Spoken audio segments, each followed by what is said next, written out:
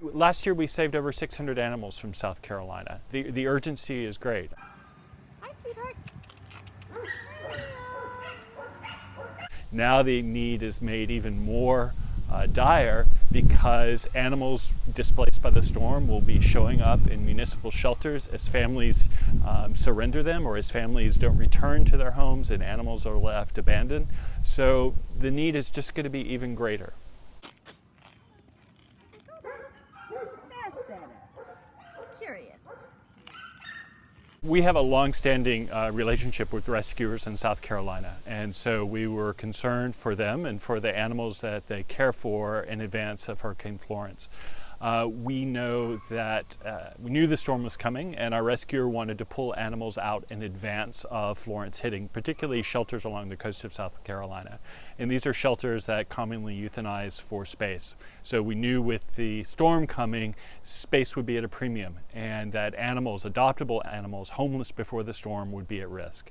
So our rescuer called us and asked, if I pull 25 dogs from Horry County, which is Myrtle Beach area, will you commit to making the trip to pick them up once it's safe?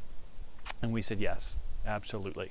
It took a week before we were able to, it was safe enough. We knew the storm, the dangers had passed, and we knew a route to head down there because normally we travel I-95. So we did rescue transport. I was one of the drivers. We went down Tuesday of last week and picked up 25 dogs that were immediately pulled from Horry County.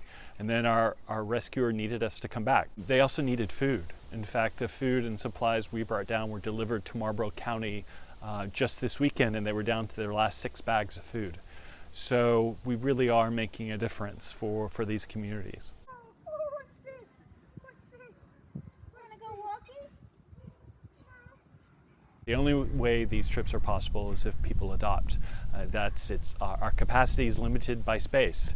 And so that's the message we're trying to get out with every story we tell about these rescue trips, is that if you really want to help, there are a number of ways. You can donate, but you can adopt. You can also volunteer to help us walk and care for the dogs while they're here getting adopted. That's part of why Long Island is so special, because there's so many great homes for these animals.